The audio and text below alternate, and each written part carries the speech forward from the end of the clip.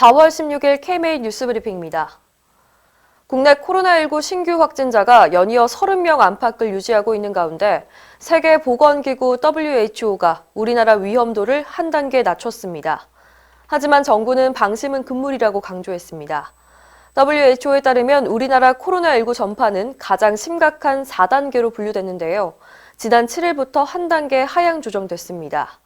방역당국은 해외 유입을 제외하고 지역 발생이 한두 건에 그치는 2단계 진입을 목표로 고강도 사회적 거리두기를 계속해야 한다고 강조했습니다. 초기에 방역 모범국으로 꼽혔지만 최근 환자가 급증한 싱가포르의 사례를 들면서 절대 방심해서는 안 된다고 경고했는데요. 특히 봄 날씨에 사람들의 이동이 급증할 가능성을 우려하고 있습니다. 한편 오늘 오전 현재 확진자는 22명 늘어서 1,613명, 사망자는 229명입니다.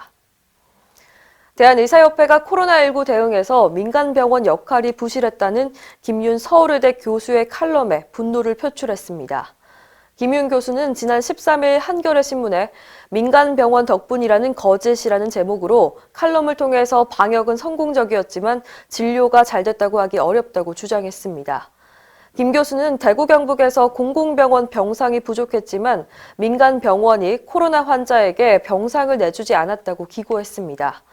의협은 민간 병원은 마치 병상만 많이 차지하고 제 역할을 못한 것처럼 기술해서 현장으로 달려간 의료인들의 땀과 눈물을 매도했다고 분노했습니다.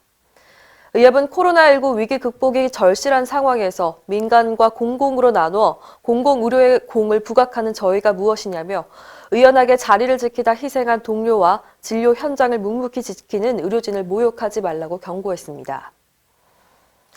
유럽의 코로나19 확진자와 사망자가 조금씩 줄어들고 있지만 유독 영국만 피해가 더 심각해지고 있습니다.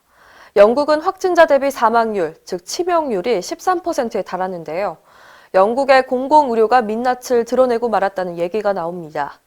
조선일보에 따르면 영국은 무상의료를 목표로 72년 전 국가보건서비스 NHS라는 공공의료를 도입했는데요. 정부가 재정난을 겪으며 지원은 줄고 의사와 병상, 장비까지 모두 부족한 상황입니다. 영국 정부의 뒷북 대응도 피해를 키우는데 한몫했습니다. 이동 금지령이 이탈리아보다 2주 늦게 발동했고 예산이 모자라 진단키트를 제대로 구비하지 못해서 검사도 충분히 하지 못하고 있습니다. 영국은 지난 13일까지 9만 명 가까이 확진 판정을 받았고 1만 명이 훌쩍 넘는 사망자가 발생했습니다. 문재인 대통령이 의사와 환자 간 비대면 의료 서비스를 육성하겠다고 밝혔습니다. 문재인 대통령은 14일 급부상하고 있는 비대면 의료와 재택근무, 원격 교육 등 디지털 기반 비대면 사업을 적극적으로 육성해야 할 것이라고 말했습니다. 의료계는 의사와 환자가 대면 진료 원칙을 강조하며 원격 의료에 대한 반대 입장을 보였는데요. 이는 앞서 정부와 의료계가 깊이 논의해야 할 부분이라고 말했습니다. 코로나19 사태로 미국과 일본 등 세계적으로 원격 의료 가능성에 주목하고 있는 상황입니다. 어제 마무리된 제21대 국회의원 총선 결과에 따라 2명의 의사 출신 국회의원이 당선됐습니다. 광주 광산갑에 출마한 더불어민주당 이용빈 당선자는 77.6%라는 압도적인 지지를 받았는데요.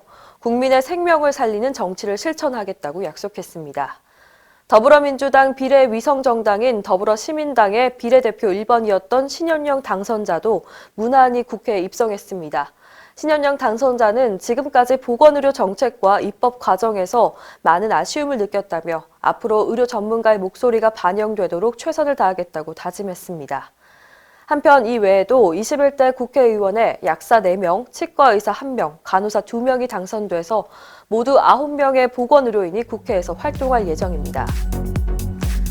이상으로 뉴스브리핑을 마칩니다. 자세한 사항은 의협신문을 참고하시길 바랍니다.